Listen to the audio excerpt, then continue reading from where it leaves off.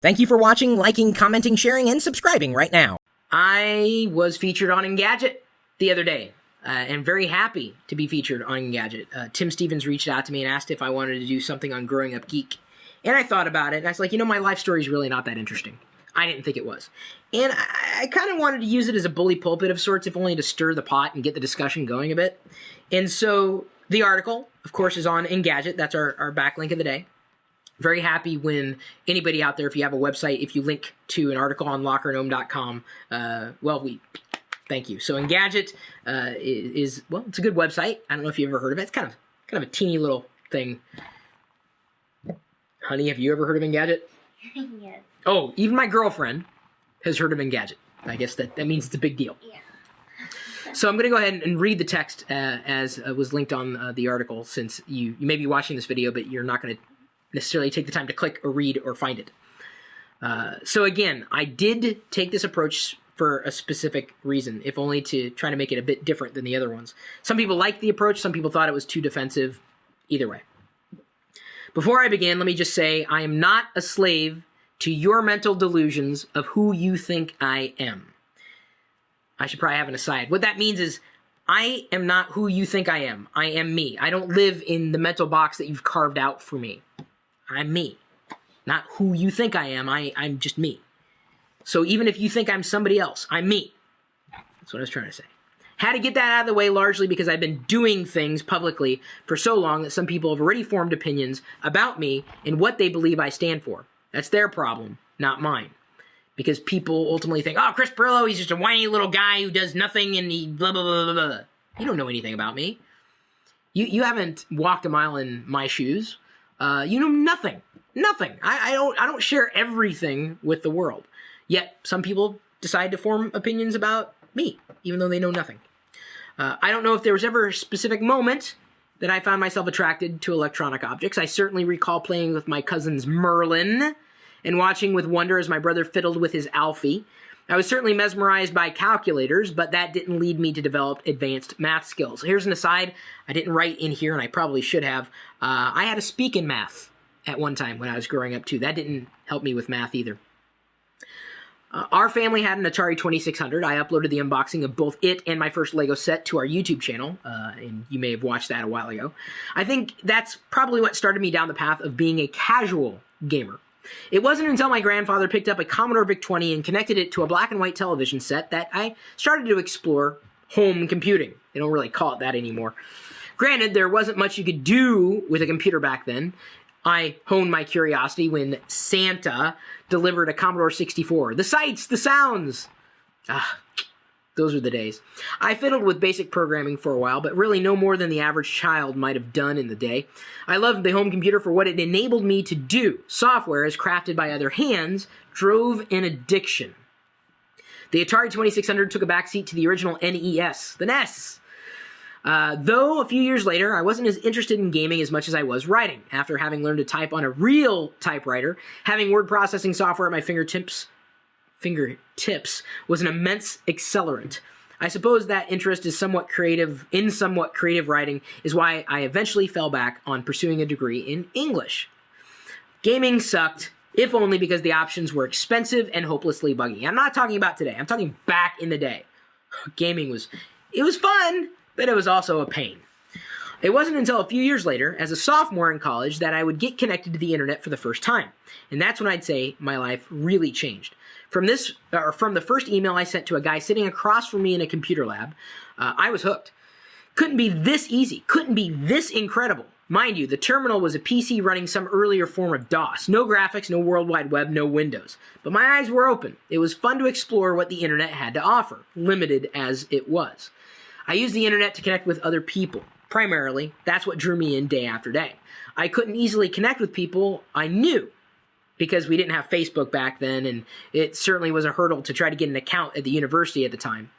To me, the internet was still nothing without people. Still is that way. I fueled most conversations by way of something known as ISCA BBS, or ISCA for short. It was the world's leading BBS, or bulletin board system, back in the day. We had both Macs and PCs on campus, though it might be difficult to imagine or remember just how different they really were from one another back then. I lived largely in DOS, Though I didn't have a computer of my own, my junior year roomie had an amazing Mac Classic, which I used to explore fonts and dynamic design HyperCard experiences. I had fun with that. I mean, HyperCard still, to this day, remains like one of the most amazing software experiences, as old as it is.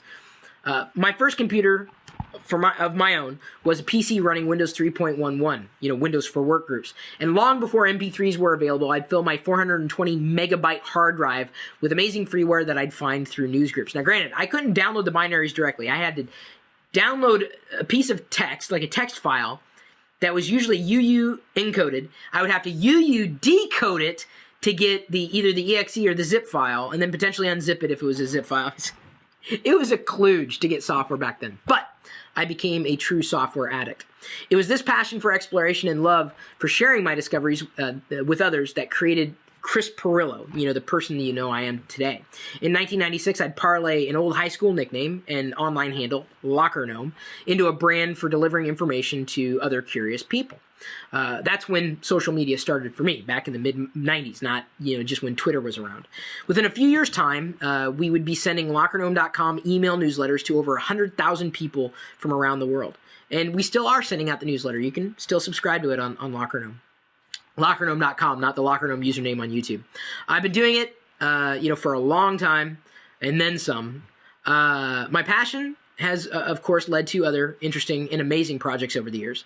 But that's how it all started, with a LockerGnome email newsletter online in 96, or, getting online for the first time in 92. It wasn't, as some people would contend, with Tech TV.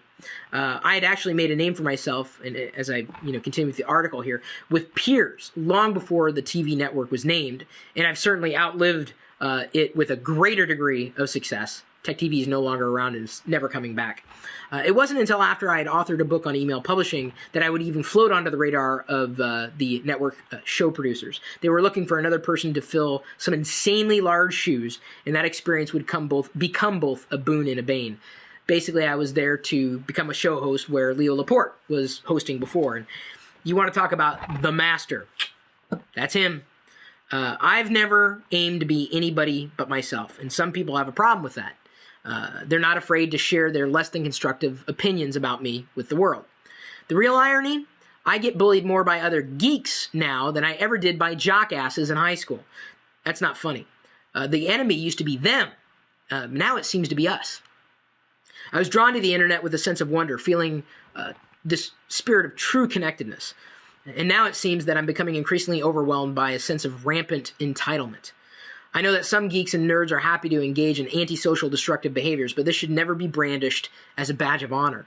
It's a tremendous shortcoming in a day and age when everybody is connected to this global stream of consciousness with free-flowing content and approaching unlimited connectivity.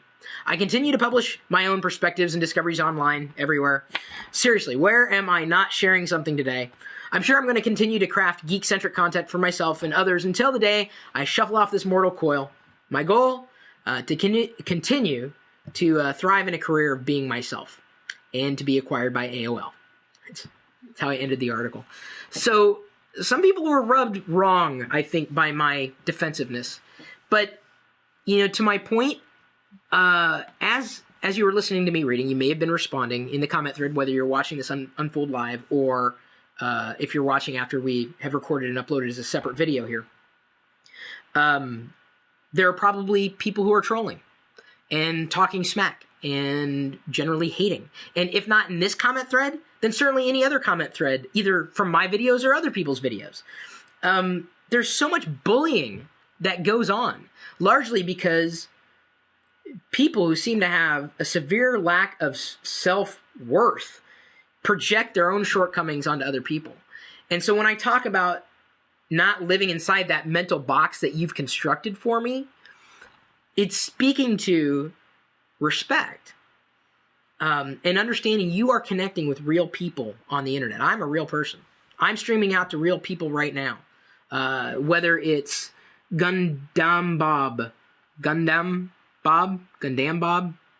I never knew how to say that word. 646, who repeats the word jockasses, likely thinking it was a funny word to make up, which I did. Correct Chris says Mormon Snofkin. Remember the compliments and forget the assholes no matter what stereotype background they reside in, says Kumar the Ifar. I remember when I downloaded Quake 3 from an IRC channel, says Kumar, again, talking about going way back in the day. These are real people. These aren't just usernames. Melissa Help says, haters gonna hate. It is true. You can't avoid the hate as much as you might try. But the hate used to come from people who weren't like us, the different people. Now we are hating each other. Dude, why? We're on the same team, okay? We may disagree on some things, but we should not be each other's enemy. The enemy is them. You know, the jerks who never understood technology, who made fun of the geeks and the nerds in high school and grade school, who bullied us back then. Now we're the bullies. Why is that? Why?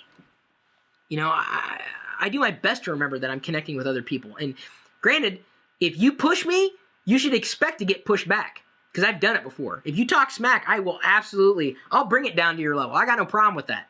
I stayed silent for so many years getting bullied. The last thing I'm going to do is take anything from someone who's less than half my age, who thinks he knows the world. I've said everything I need to say.